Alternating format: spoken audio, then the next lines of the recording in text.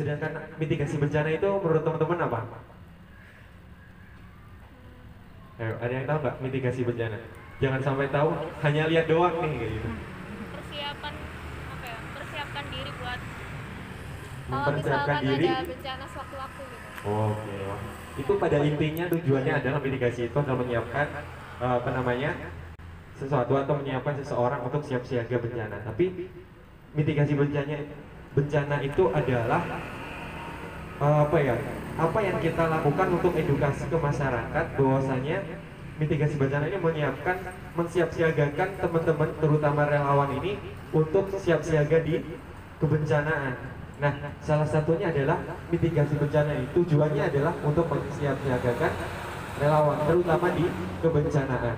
Nah, kalau ngomong mitigasi bencana, kenapa kita itu harus mitigasi bencana di seluruh Indonesia? Kenapa? Indonesia itu kenapa kok sering terjadi bencana? Kalau menurut teman-teman kenapa? Jadi inilah apa namanya pentingnya kita pemahaman terutama relawan terhadap bencana itu seperti ini. Jadi kenapa sih Indonesia itu sering terjadi bencana? Pertama, Indonesia berada di lingkaran cincin api atau biasa kita sebut ring of fire. Makanya sering terjadi bencana karena Indonesia berada pada lingkaran api atau ring of fire. Itu yang pertama. Yang kedua adalah Indonesia terletak di 3 lempeng dunia atau lempeng bumi. Oh, 3 lempeng dunia atau lempeng bumi ini yang mengelilingi Indonesia adalah pertama lempeng Eurasia, kedua Indo Australia, ketiga adalah Pasifik. Nah, jadi Eurasia, Indo Australia dan Pasifik itu adalah 3 lempeng yang mengelilingi Indonesia. Makanya Indonesia ini sering terjadi bencana apapun. Indonesia dinobatkan sebagai apa ya, negara bencana. Kenapa negara bencana? Apapun semua apa sini bencana itu bisa terjadi di Indonesia. Bahkan angin tornado pun bisa terjadi di Indonesia. Angin puting, kalau kita kenal angin puting beliung, bahkan angin tornado pun bisa di sini. Dan sewaktu-waktu Indonesia ini bisa juga turun salju. Pernah nggak bayangkan kalau Indonesia ini turun salju? Nggak pernah bayangkan, tapi sewaktu-waktu Indonesia bisa. Ketika kutub utara dan kutub selatan nanti mencair, itu Indonesia akan apa ya? Setidaknya beberapa hari itu akan turun salju. Seluruh dunia, bukan Indonesia saja. Seluruh dunia akan turun dan itu akan mencair. Dan akibatnya apa ketika mencair? Seluruh dunia akan tenggelam. Dan saat ini kalau menurut data teman-teman bisa melihat di kebencanaan data kutub utara dan kutub selatan itu ketingkatan pencairan karena pemanasan global itu setiap harinya 0,3% es yang berada di terutama di kutub utara itu mencair. Bayangkan itu per hari saja 0,3%. Itu besar loh 0,3%. Karena luasnya kutub utara itu melebihi negara-negara lain, terbesar kutub utara itu. Nah itulah makanya kita harus mensiapsiagakan bencana. Nah sekarang kita akan belajar yang namanya mitigasi bencana terutama di bidang kebakaran. Sebelum bidang kebakaran kita akan bahas gempa bumi dulu. Nah kita akan belajar karena di Indonesia sini kan sering nih terjadi gempa bumi. Biasanya kalau orang sebut gempa bumi, kalau orang bahasa Jawanya itu lindu. Dari sini teman-teman apa namanya gempa itu banyak atau bencana di Indonesia ini banyak macamnya. Coba ada berapa bencana yang sering terjadi di Indonesia? Gempa bumi, longsor, Banjir, banjir, gempa bumi ya, terus gunung meletus, terus kebakaran, tsunami, longsor, longsor, bandang, terus banjir, terus apa lagi? Angin, topan, beliung. terus apa lagi? puting beliung, Kekeringan. Kekeringan itu juga termasuk bencana. Dan terakhir itu adalah bencana yang terbesar itu apa? Teman-teman tahu nggak? Bencana terbesar di dunia adalah kelaparan dan kemiskinan. Jadi bencana terbesar itu bukan bencana alam, bencana gunung meletus, bukan, tapi bencana kelaparan dan kemiskinan. Karena apa? Menurut data, bencana kelaparan dan kemiskinan ini bisa kurang lebihnya kalau kita hitung per hari di seluruh dunia karena kelaparan dan kemiskinan ini rata-rata orang yang meninggal itu melebihi batasnya. Kalau biasanya kalau menurut data per hari ini seluruh dunia itu yang meninggal kisaran 1000 sampai 2000 orang. ini bisa melebihi dari 10.000 per hari. Jika itu benar-benar terjadi, Indonesia 2030 akan dunia 2030 akan musnah jika benar-benar itu terjadi. Makanya kita harus belajar sih. Nah, kita akan belajar tentang gempa dulu. Kita akan belajar mengenai gempa, yang dimana gempa ini akan terbagi 3 sesi. Sesi pertama adalah apa yang kita lakukan sebelum terjadi bencana. Kedua, saat terjadi bencana, dan ketiga, setelah terjadi bencana apa yang kita lakukan. Nah, kita akan bahas awal dulu, sebelum terjadi bencana apa yang harus kita lakukan. Teman-teman pernah tahu apa yang harus kita lakukan sebelum terjadi bencana? Sebelum terjadi bencana, pertama yang harus kita siapkan adalah, khususnya relawan, kita harus melakukan mitigasi atau sosialisasi kepada masyarakat. Mitigasi ini tidak harus dilakukan sebelum terjadi bencana. Jangan sampai baru pas terjadi bencana atau sesudah bencana baru kita mitigasi. Itu salah. Urutan mitigasi bencana itu adalah awal, sebelum terjadi bencana. Yang kita lakukan adalah mitigasi atau sosialisasi pemahaman ke masyarakat tentang bahayanya dan apa yang harus kita lakukan ketika terjadi bencana, terutama gempa. Nah, yang kedua yang perlu kita siapkan adalah kita harus mengetahui tata letak lokasi atau tempat tinggal kita berada. Jangan sampai pertama itu di bawah tebing atau di pinggir tebing. Kedua, itu berada di pinggiran sungai atau di bibir pantai. Terus ketiga, jangan sampai berada kita tempat tinggalnya itu berada di kalau nyebut itu tanah urukan. Tahu nggak? Tanah urukan yang nggak dipadat ya. Biasanya kan di sini banyak nih rumah-rumah yang mungkin bekas rawa-rawa, terus hanya di tanpa pemadatan diuruk, habis itu langsung ditempatin. Itu sangat bahaya banget sebenarnya teman-teman, yang perlu perhatikan ada 3 itu. Nah, selanjutnya yang kita lakukan adalah kita membangun rumah atau struktur rumah itu yang tahan gempa. Gimana sih tahan gempa itu? Banyak. Kita tinggal melihat lokasinya kita seperti apa dulu. Kalau misalnya kita hitungannya, misalnya nih, jarak rumah kita dan jurang itu mungkin sekitar 50 sampai 100 meter. Berarti yang kita lakukan apa? Apakah kita harus paku bumi lebih dalam agar rumah kita kuat? Enggak, caranya salah. Kalau kita lebih dalam, ini akan tanah ini akan retak dan akan mengakibatkan longsor. Nah, dari sini kan kita belajar, oh berarti kalau dari sini apa yang kita lakukan dari sini. Kalau orang biasanya kalau saya tanya gitu, anak-anak bilang pindah aja mas, ngapain di pinggir jurang kayak gitu. Nah, kalau sebenarnya kita lakukan, kalau memang kita di pinggir jurang seperti itu, yang kita lakukan adalah biasanya kalau nyebutnya itu rumah tumpuk. Jadi rumah tumpuk itu tahu nggak? Yang ngambang. Biasanya dilakukan oleh orang Kalimantan kalau terjadi banjir ataupun apa, rumahnya ngambang, yang ada kaki-kakinya kayak gini. Ini baru rumahnya. Nah, itu sebenarnya yang bisa kita lakukan. Karena apa?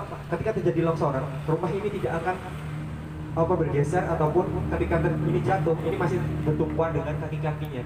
Tapi kalau tidak ada kakinya, ketika ini bergeser, rumah akan bergeser dan retak semua. Itu salah satu contohnya. Nah, makanya kita harus bagaimana struktur rumah ini aman dari gempa atau bencana itu tadi. Tapi memang kita tidak bisa menghindari rencana Allah atau ketentuan Allah itu. Tapi kita setidaknya berusaha. Ikhtiar kita itu seperti itu. Nah, selanjutnya yang kita lakukan adalah memilih tata letak barang-barang yang mudah pecah atau barang-barang mudah terpapar. berat. Misalnya nih, kita punya lemari, jangan sampai kita nata palu, terus habis itu arit, bahkan yang berat-berat itu berada pada atas, atau yang pecah belah itu ditaruh atas. Jangan sampai seperti itu. Kenapa? Kalau terjadi gempa terus sampai ini roboh, itu akan membahayakan diri kita. Karena apa? Kalau kita itu tiba-tiba lari, tiba-tiba itu jatuh, barang yang pecah belah dan berat itu akan menjatuhi diri kita. Makanya kita harus nah, selanjutnya juga menata letak lemarinya atau barang-barang mungkin yang mudah roboh. Dan ini tata letaknya lemari, kalau teman-teman mungkin di rumah pasti punya lemari. Nah, ini tata letaknya sebenarnya yang perlu diketahui teman-teman. Penataan letak ini berada di pojok. Di pojok, kenapa kok kita taruh pojok? Habis itu dikasih siku-siku. Tahu nggak siku-sikunya seperti apa? Biasanya berupa besi yang berbentuk L. Jadi siku-siku ini digunakan untuk mencangkup lemari ini. Jadi ditempelkan di tembok, baru ini masuk kepada kaki-kakinya seperti ini. Jadi ketika ada goncangan ataupun getaran dari gempa bumi tersebut, ini akan tidak roboh, mungkin hanya bergetar saja. Jadi aman untuk memasang siku-sikunya. Nah, terus selanjutnya sebelum terjadi bencana yang kita lakukan adalah kita mengetahui jalur evakuasinya. Jangan sampai kita nggak ketahui jalur evakuasinya di mana. Ini biasanya sering terjadi ketika di mall atau orang-orang yang berada di pinggir pantai. Saya belum pernah sama sekali orang-orang pada di situ. Kalau teman-teman ke mall, pasti pernah ke mall kan? Itu pasti kan ada jalurnya. Kalau kelihatan kita lift, pasti ada petunjuknya, jalur evakuasi, jalur darurat dan lain-lain. Pasti ada petunjuknya. Nah, kita harus mengenali itu. Kenapa harus mengenali?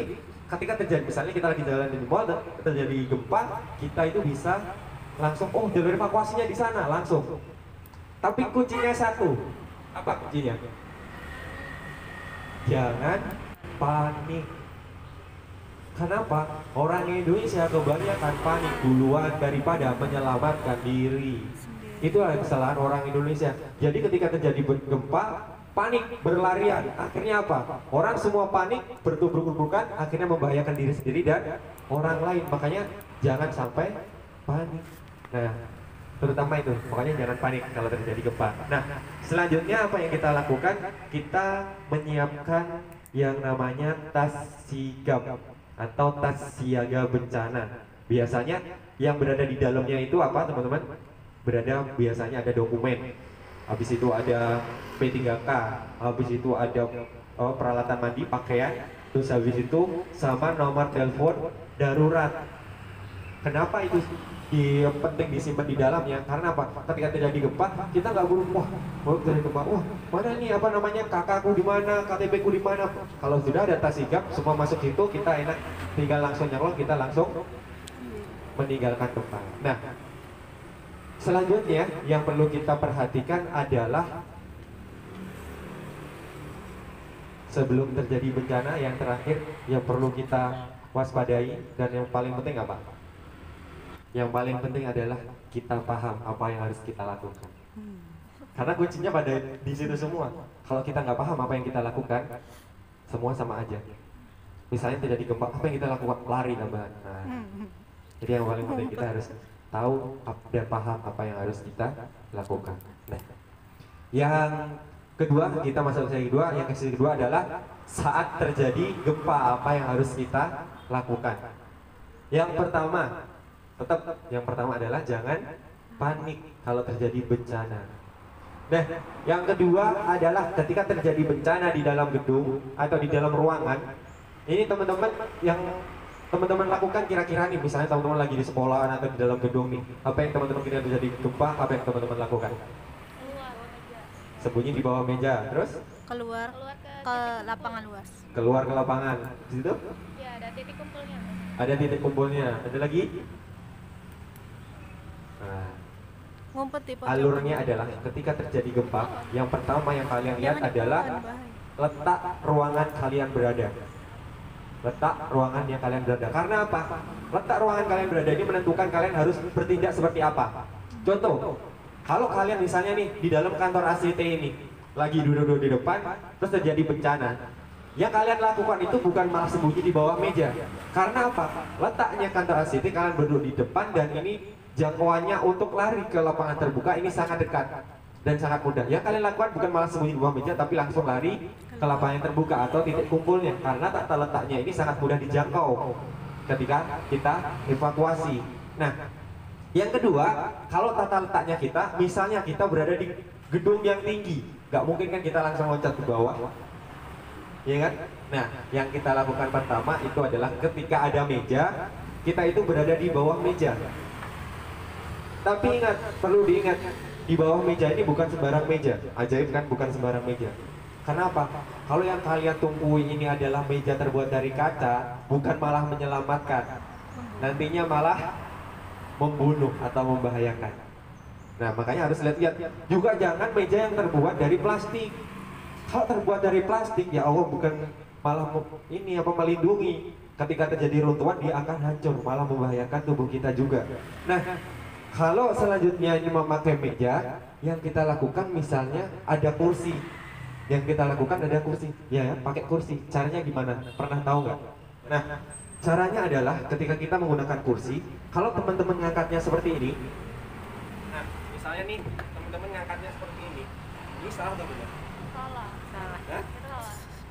Salah. Salah. Kenapa? Kenapa kok itu salah? Ketika kita berlindung dan kepala kita di bawah sini, ini tidak ada tumpuan lagi. Ketika terjadi barang-barang yang jatuh langsung sini, ini langsung mengenai dan otomatis akan mengenai langsung kepala kita. Benturan antara kayu ataupun kursi ini dengan kepala kita dengan tekanan yang mungkin terlalu keras dari atas, ini akan melukai kepala kita. Nah, caranya gimana? Dibalik. Pertama dibalik seperti ini dan tumpuan kita berada di bawah sini.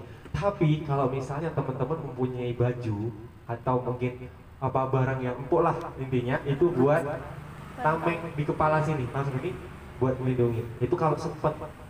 Kalau nggak sempet nggak usah. Caranya gimana? Adalah kepala kita nunduk gini, yang dilindungi adalah bagian kepala sini belakang. Jadi ketika terjadi benturan ini masih aman. Karena banyak kenapa? Misalnya barang-barang itu apa besar atau ini akan mengenai kaki-kakinya ini, otomatis akan lari ke samping lagi. Mungkin yang jatuh di sini hanya sekian persennya saja, tidak 100% akan. Tapi kalau kalian balik ke tadi, ini akan 100% akan langsung ke tumpuan kepala ini. Nah, caranya adalah dengan dibalik seperti ini. Nah, misal kalau ini ada kursi, ada meja. Kalau nggak ada kursi, nggak ada meja, yang kalian lakukan itu apa? Kalau kita bawa tas, boleh. Kalau pakai tas, caranya itu kan gimana coba? Bawa tasnya, buat melindungi apa? Kepala. Kepala. Nah, tapi kalau bawa tas bukan apa namanya? Kepala yang bagian atas ini, melainkan adalah kepala bagian belakang. Sambil berjalan. Jadi jangan gini. Wah, ini sudah melindungi, kita jalan gini. Yang kita lakukan adalah sambil jongkok gini. Dan ini gak boleh, jangan kita udah pakai tas jongkok terus seenaknya jalan di tengah-tengah gini.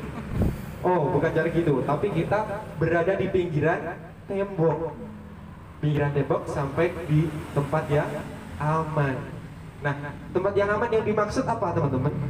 Yang pertama, tempat aman yang dimaksud itu adalah pertama, jangan berdekatan dengan tembok yang ada jendela kacanya. Karena apa? Itu mudah pecah. Bahkan kalau terjadi gempa atau apa, itu akan menjatuhi tubuh kita dan itu akan membahayakan kita. Itu pertama. Yang kedua adalah jangan sesekali mendekati yang namanya lemari atau barang-barang yang mudah jatuh. Misalnya di situ ada figura besar ataupun apa, figura itu hanya nempel saja. Ketika terjadi gempa, suatu-suatu itu bisa roboh. Nah, caranya untuk menghindari barang-barang seperti itu, jangan sampai mendekati malah, oh ini ada kaca jendela aja nih, kita malah mendekati. Nah, terus yang kita lakukan setelah terjadi gempa, kalau tadi ada tas, ada apa namanya kursi dan bahkan ada ini misalnya nggak ada apa-apa nih, kalian apa yang kita lakukan? Nah, yang kita lakukan adalah kita memakai tumpuan tangan kita. Caranya gimana? Melindungi kepala bagian belakang lagi. Coba boleh dipraktekin nggak gimana caranya? Coba. Kayak latihannya TNI. Coba gimana latihannya TNI? Jadi tangannya ini sebenarnya adalah Sambil jalan. jadi melindungi bagian seperti ini sambil jadi melindungi kepala yang seperti ini. Terus nggak jalan. Sambil jalan. Kalau misalnya itu terjadi gempanya yang sangat besar, itu kalian boleh melindungi kepala atau berlindung, tapi jangan meninggalkan tempat dulu. Itu selanjutnya ya. Jadi selanjutnya ketika terjadi gempa, jangan sampai teman-teman itu dari gempa langsung lari. Atau sudah memakai tas dan lain-lain dan terus sambil jalan saja. Jalannya itu setelah beberapa menit terjadi gempa pertama. Jadi jangan, kalau gempa awal itu kalian harus siap siaga dulu, bukan malah lari. Karena apa? Gempa pertama itu kita tidak tahu barang yang jatuh ataupun sebagainya seperti itu membahayakan diri kita. Makanya kita harus hati-hati di situ.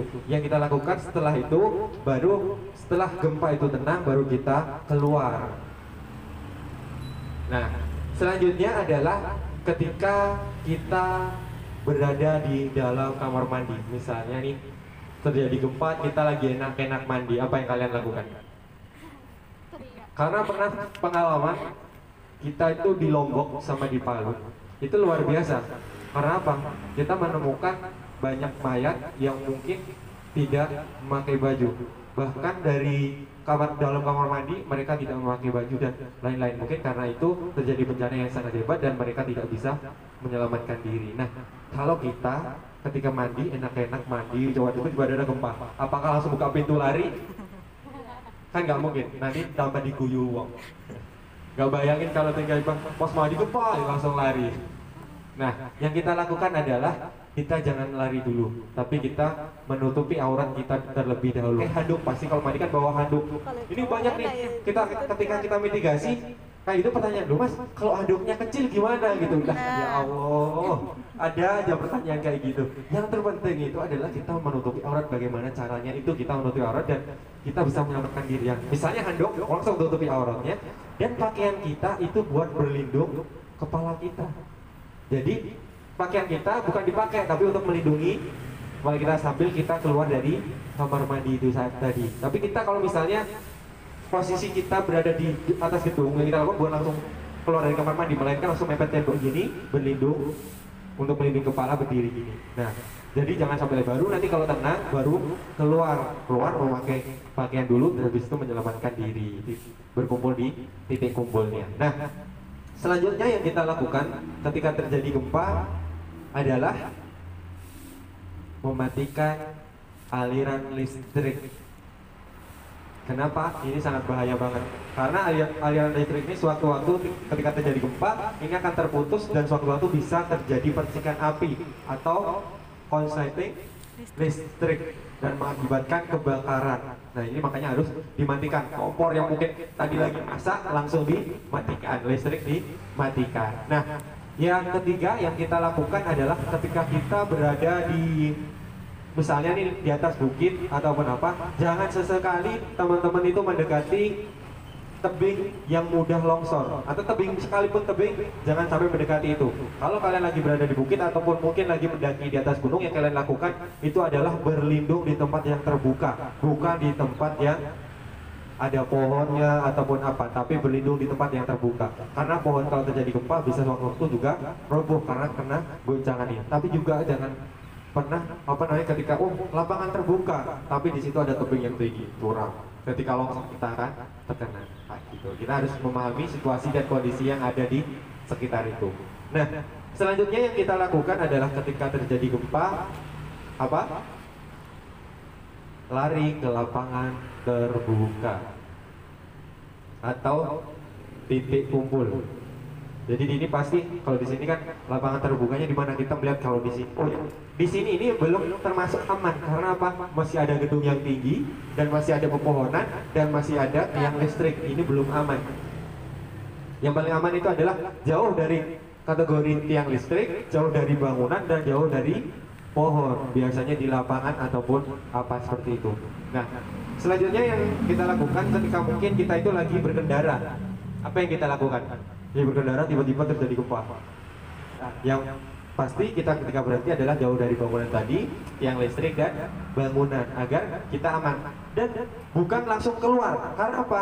Ketika keluar kita tidak tahu situasi dan kondisi di luar. Suatu waktu ada kendaraan yang ikut panik, habis itu kita ketabrak ataupun kita lagi panik, wah malah membahayakan orang lain dan diri kita. Makanya kita berhenti dulu sejenak sampai benar-benar kita berada di tempat aman dan kondisinya aman, baru kita keluar melihat situasi dan kondisinya, baru kita jika aman kita berlanjut, tapi jika tidak aman kita langsung evakuasi atau kita menghindar dari titik rawan bencana atau kita berkumpul di posko terdekat ataupun yang tempat aman seperti itu. Nah, itu yang dilakukan ketika terjadi bencana. Kalau kita siap-siagaan ya. Tapi kalau misalnya kita relawan yang harus dilakukan ketika terjadi kebencanaan, ini yang harus kita lakukan, pengalaman kita itu dibagi beberapa tim ya teman-teman. Jadi dulu itu sekitaran ada 9 tim. Yang saya ingat itu ada tim emergency, habis itu ada tim medis, ada tim DU. Tim DU itu adalah tim pangan. Habis itu ada tim recovery. Terus habis itu yang saya ingat lagi adalah tim posko. Itu yang saya ingat itu. Tapi selanjutnya pokoknya dulu itu dibagi 9 tim. Nah, di bagian emergensi ini adalah terbagi dua lagi. Bagian yang koordinasi, dan kedua ini bagian lapangan. Yang bagian koordinasi ini adalah mengkoordinasikan dan mencatat bagaimana kondisi situasi di situ dan berapa mayat yang ditemukan dan sebagainya. Dan terakhir itu yang bagian lapangan. Bagian lapangan ini biasanya mengangkati mayat, mencari mayatnya di mana dan lain-lain, korbannya itu baru dijelaskan seperti itu. Nah, selanjutnya kalau tim DU itu adalah tim konsumsi. Terus habis itu ada masa recovery. Ada tim recovery ini dikirimkan data terakhir. Kenapa? Itu masa recovery-nya. Mulai dari biasanya yang dikirim itu adalah guru, psikolog, dan habis itu pokoknya ada beberapa tim yang memang untuk psikisnya, untuk menata psikisnya karena trauma ya. Kadang-kadang orang-orang yang terkena bencana itu pasti trauma yang kita lakukan, trauma healing. Kalau sekarang itu nggak boleh nyebut namanya trauma healing, namanya kalau psikolog kit atau apa gitu. Dukungan psikososial kalau dari Kemensos ya. Tapi kalau di kita itu kalau nggak salah nyebutnya itu psikolog. Psikologikal Said. Benar. Jadi memang ini karena apa? Kalau sekarang Menteri Kesehatan dan lain tidak boleh menyebut yang namanya trauma healing. Karena apa? Kata-kata trauma ini yang mungkin orang yang udah trauma, kalau ditambahin trauma lagi kayak gitu. Kita juga mikir sebagai manusia, kenapa dinamakan rumah sakit? Kan itu untuk kita pengennya sehat. Kenapa kita datang ke rumah sakit? Kenapa nggak di rumah sehat ya? Rumah sehat Malang ya. Nah, itu yang kita lakukan ketika terjadi bencana di suatu daerah tersebut. Nah, selanjutnya adalah ketika sesudah terjadi bencana apa yang kita lakukan. Sesudah terjadi bencana, sebagai seorang relawan, kita harus paham betul apa sih yang harus kita lakukan setelah terjadi bencana. Pertama yang kita lakukan adalah kita berada di titik kumpul atau posko yang aman. Itu yang pertama. Yang kedua adalah kita memastikan bahwasanya saudara kita ataupun teman-teman kita, bapak ibu kita itu sudah lengkap atau keluarga kita itu sudah lengkap. Itu yang kedua. Yang ketiga yang kita lakukan adalah kita mencatatkan diri atau mungkin ada misalnya BPD itu, kita mencatat melaporkan diri bahwasanya keluarga kita sudah lengkap. Saya atas nama ini dan ini karena tujuannya untuk mengkoordinasi nanti semuanya. Nah, ketiga yang setelah kita lakukan, kadang-kadang kalau terjadi suatu bencana di suatu daerah itu biasanya nggak ada sinyalnya sama sekali. Yang kita lakukan satu-satunya mendengarkan informasi adalah melalui radio. Jadi di sana mungkin HP ataupun apa nggak akan menyala karena listrik nggak ada dan mungkin sinyal nggak ada. Akhirnya kita hanya bisa terkendali dengan radio saja. Nah, keempat selanjutnya yang kita lakukan adalah jika kita masih mampu dan kita tidak ada cedera, kita harus menolong orang lain yang membutuhkan atau membantu menjadi relawan, membantu mungkin setidaknya membantu gotong royong atau membantu orang yang tidak bisa berjalan dan lain-lain, pengobatan sesuai kemampuan kita. Nah, selanjutnya yang harus dilakukan setelah terjadi bencana adalah jangan sesekali mendekati bangunan yang sudah retak. Karena apa? Ini sangat bahaya. Karena bahayanya apa? Gempa susulan itu bisa terjadi sewaktu-waktu. Gempa susulan itu yang paling bahaya. Kenapa disebut paling bahaya? Kalau gempa awal mungkin hanya meretakkan saja. Tapi gempa susulan itu akan menghancurkan. Itu yang bahaya. Makanya kita jangan sekali kita itu berada di atau mendekati bangunan-bangunan yang sudah retak setelah bencana itu. Karena apa? Itu mudah roboh. Dan ini teman-teman mungkin kalau di suatu kebencanaan pasti teman-teman akan merasakan, terutama di Lombok dulu. Itu setiap 5 menit sekali, bahkan setiap menit sekali itu kita terasa kayak ada goncangan. Kita diam gini, tapi kayak gini, goyang. Bahkan malam-malam sewaktu tidur pasti ada kerasa goncangan, alarm akan bunyi. Itu akan lumpuh. Kita nggak boleh langsung teriak-teriak, gempa gitu. Itu akan malah panik. Orang-orang sekitar akan ikut panik. Melainkan kita harus tenang. Seorang relawan hanya boleh mengucapkan seperti ini, 3 gempa. Ada gempa. Gitu doang.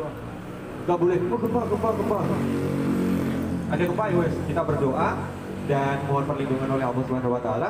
Sehabis itu kita tidak membuat orang sekitaran panik. Itu yang perlu teman-teman ketahui tentang gempa ini. Mungkin ada yang mau ditanyakan nggak sebelum kita lanjut ke fire rescue-nya? Kalau gempa tapi ketika tidur gitu. Nah, gempa katakan tidur ini kalau bukan orang-orang apa, kalau orang beneran ini pasti bangun. Tapi kalau orang-orangan ini susah bangun. Pulus. Nah, kenapa seperti itu? Orang yang tertidur itu ketika terjadi gempa itu pasti akan terbangun. Jangankan gempa, digoyang-goyangin gini pasti akan kerasa, pasti itu. Nah, makanya kalau orang tertidur habis itu kita ada apa, gempa gini, yang kita lakukan adalah yaitu pertama kalau nggak ada meja, kursi dan lain-lain, yang kita mungkin di situ hanya ada kasur, kita pakai kasur. Caranya gimana? Caranya langsung kita sembunyi di bawah kasur itu, untuk melindungi seluruh tubuh kita. Nah, tapi perlu ingat, ini pernah ada pertanyaan, Mas, kadang-kadang kan kita mohon maaf, orang tua kita kan nggak bisa jalan ataupun tidur di atas kasur. Ketika terjadi bencana, apakah kasurnya langsung dibalik? Ini pertanyaan yang luar biasa. Saya jawab, langsung dibalik. Itu mendekatkan diri kepada Allah Subhanahu wa Ta'ala. Jangan langsung dibalik. Ada orangnya, ada ibu kalian, ada masa langsung dibalik kayak gitu. Benar, membalik kasur, cuma kalau ada orangnya juga jangan langsung dibalik. Caranya kalau ibu kita, mungkin kita anak kecil mungkin nggak kuat mengangkat ataupun apa, yang kita lakukan adalah kita memakai bantal untuk melindungi tubuh ibu tersebut, ada seseorang tersebut. Jadi yang dilindungi, kalau bantalnya banyak yang keseluruhan, tapi kalau bantalnya yang satu, yang dilindungi adalah bagian wajah saja atau bagian kepala. Ini yang sangat penting. Kenapa kita dari tadi itu membahas tentang kepala? Karena fungsinya semua itu berada di kepala. Otak kita berada di kepala, saraf-saraf kita berada di kepala, semua jalurnya. Kalau sarafnya, jalurnya kita itu kalau di medis, sarafnya itu berada di kaki, di bawah telapak kaki kita. Itu seluruh saraf terkumpul di situ. Makanya ketika terjadi sakit di sini, ini akan menjalar ke otak, semuanya akan merasakan sakit. Kalau teman-teman tahu di belakang ini pasti kan ada, kalau hewan itu punuk ya. Kita kan pasti memiliki punuk atau tulang yang menonjol di bagian belakang, leher belakang kita. Itu satu-satunya saraf yang berada di tulang. Kenapa? Jika itu terjadi benturan, ini akan mengakibatkan kita kehilangan kesadaran. Mau dicoba? Jika melalui benturan ini, kita pernah uji coba, kita pernah praktek manusia seumuran 25 tahun sampai 30 tahun ya dulu itu, dan itu orangnya badannya ya gemuk ya, neter gitu. Ketika terjadi benturan yang melebihi 30 lbs ya kalau nggak salah kecepatannya itu akan kehilangan kesadaran. Bukan mati ya, tapi kehilangan kesadaran. Tapi kalau melebihi dari itu orang akan meninggal dunia. Karena fungsinya berada di punuk kita. Makanya kita harus, bukan yang lain dilindungi. Kalau tangan mungkin cacat, masih kita hidup. Tapi kalau sudah menyangkut kepala, kita mati. Serius, karena apa? Ini sarafnya semua berada di kepala ini. Kalau kita cacat tangan, cacat kaki dan lain-lain, mungkin masih bisa berjalan, bisa hidup kayak gitu. Ketika terjadi di lapangan ini teman-teman akan belajar bagaimana caranya nanti ketika di lapangan itu seperti apa. Pertama, pesan saya, teman-teman ketika nanti sewaktu-waktu terjadi bencana, teman-teman akan dipanggil dan ikut. Pertama yang perlu teman-teman siapkan adalah fisik. Karena apa? Ini fisik dan mental ini sangat luar biasa terbentalnya di sana nanti. Karena apa? Mungkin teman-teman belum pernah melihat mayat yang mungkin tinggal kakinya, tinggal kepalanya, bahkan bau tidak sedap, bau mayat dan lain-lain, itu akan tercampur aduk. Kalau fisik kita dan mental kita nggak kuat, psikolog atau psikis kita akan terganggu. Jangankan ini, dokter ahli pun, dokter bedah pun, dokter ahli ya di Jakarta dulu ketika terjadi di bencana di Lombok, datang ke Lombok, apa yang terjadi? 3 hari langsung menyerah diri. Karena apa? Psikisnya terganggu, gak kuat, lemah. Karena apa? Melihat banyak mayat segitu banyak ini. Ini bahkan dulu kita mau makan aja, mau makan itu bau mie itu, mie biasanya sedap gitu, gak ada baunya sama sekali. Kita nggak mandi 2 minggu gak ada baunya sama sekali. Kenapa? Bau di sekitar sudah melebihi dari bau tubuh kita. Akhirnya kita itu tercover dengan bau-bau itu sebenarnya. Tapi kalau kita lagi di kota, bau baru terasa. Masya Allah, baunya kayak gini ya, kayak gini. Makanya kadang-kadang kita lagi di bencana, habis ngangkatin mayat, kita sterilisasi diri, habis itu baunya itu terkadang masih nempel di tubuh kita. Habis itu kita beli peralatan medis di kota. Begitu orang-orang kita deketin gini, langsung Tetap hidup. Ngapain? Kita nggak bawa apa-apa gitu. Tapi bahasa di kamar mandi kita lepas baju, baunya luar biasa ternyata kayak gitu. Baru terasa. kita pernah 2 minggu itu tanpa ada air, tanpa karena kita nggak mandi. Adanya air laut. Kalau kita mandi air laut itu akan melukai diri tubuh kita.